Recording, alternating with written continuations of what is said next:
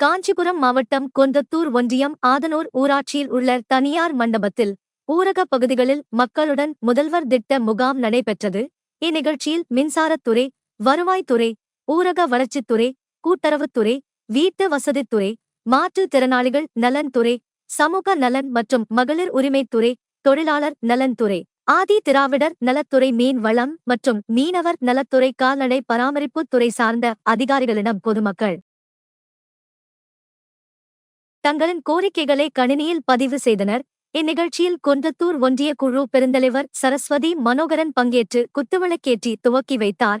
இம்முகாமில் உடனடி தீர்வு கண்ட பட்டாக்கள் மற்றும் புதிய மின் இணைப்புக்கான ஆவணங்கள் வழங்கி இம்முகாமினை பார்வையிட்டார்.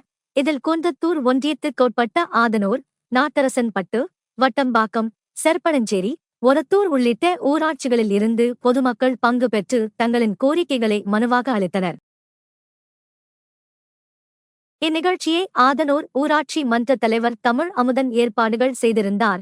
இதில் ஒரத்தூர் ஊராட்சி மன்ற தலைவர் வள்ளி சுந்தரம், செர்ப்பனஞ்சேரி முன்னாள் தலைவர் பார்த்தசாரதி, வட்டம்பாக்கம் ஊராட்சி மன்ற தலைவர் மகாலட்சுமி எட்டியப்பன், முன்னாள் தலைவர் நந்தகோபால், நாட்டரசன்பட்டு ஊராட்சி மன்ற தலைவர் வசந்தி சாந்தகுமார் மற்றும் துறை சார்ந்த அதிகாரிகள் பொதுமக்கள் பங்கேற்றனர்.